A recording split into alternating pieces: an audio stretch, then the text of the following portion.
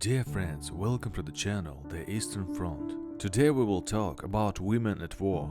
They need to be talked about, they cannot be erased from memory. This truth shouldn't be turned away. We will talk, but not in order to gloat. They say here the communists didn't protect their women, but in order to remember that they were. What could be worse than being a Soviet prisoner of war who fell into the harsh hands of the Wehrmacht? It's worse if you are also a woman, someone's mother's, wife's, sister's. They didn't deserve such a fate.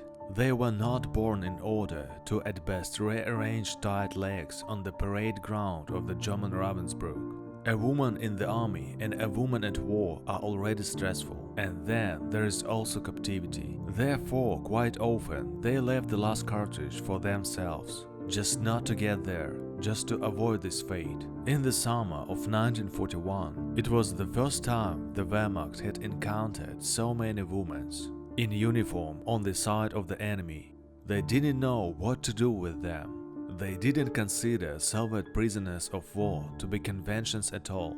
And then there were women. They did it in different ways, often decided on the spot. In August 1941, in the 4th Field Army, Kluge even gave an order: women in military uniforms should not be taken prisoner. But they quickly came to their senses and cancelled. Apparently, then it was too much for them. Later, in the conditions of total war, the Germans will forget about any humanism towards female servicemen, and from February 1944, they will begin to send them in concentration camps. Although many will get there much earlier. In the first, the most difficult month of the war, women were in the general flow of prisoners of war and got into the assembly camps.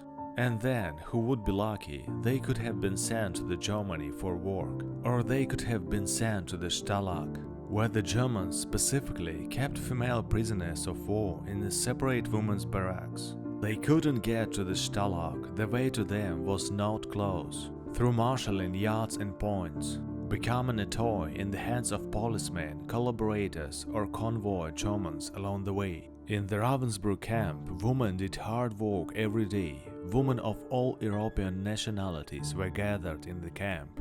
But even there, Russian girls stood out for their character and inner core. The former prisoner Germaine Tillon, in her memoir, gave a characteristic to the Russian women prisoners of war who got into Ravensbrück. Their cohesion was explained by the fact that they had gone through army school even before capture. They were young, strong, neat and honest. There were also intelligentsia among them, doctors, teachers, friendly and attentive. In addition, we liked their insubordination, unwillingness to obey the Germans. The Ravensbrück concentration camp was liberated by Soviet troops on April 1945.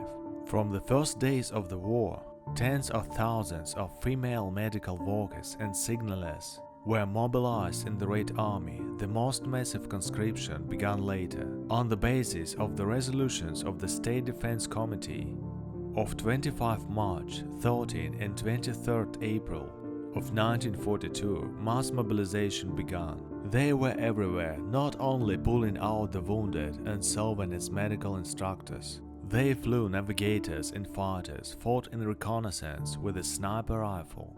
Many female servicemen were in the besieged Sevastopol in 1942, where they fought to the last. We also remember the girls of the anti-aircraft gunners at Stalingrad, who burned German tanks. We remember and know many others. Probably no one will write more stridently, harshly and truthfully about the female at the front than Svetlana Alexeyevich in her book War Has No Female Face. After the war, evil tongues tried to steal the victory from them by gluing the stamp PPZH, and the word frontovichka or frontline female soldier has become almost a stigma.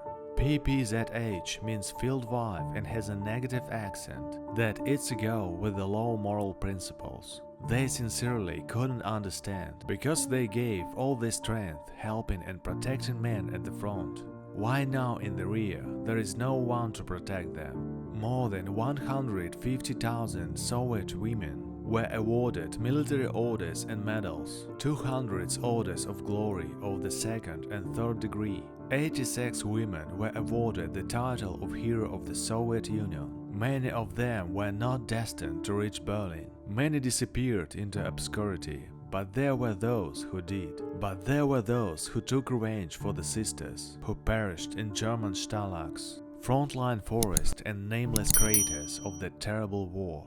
Dear friends, that's all for today. It was Tim and the Eastern Front channel. And as usual, I wish you peace and health. See you.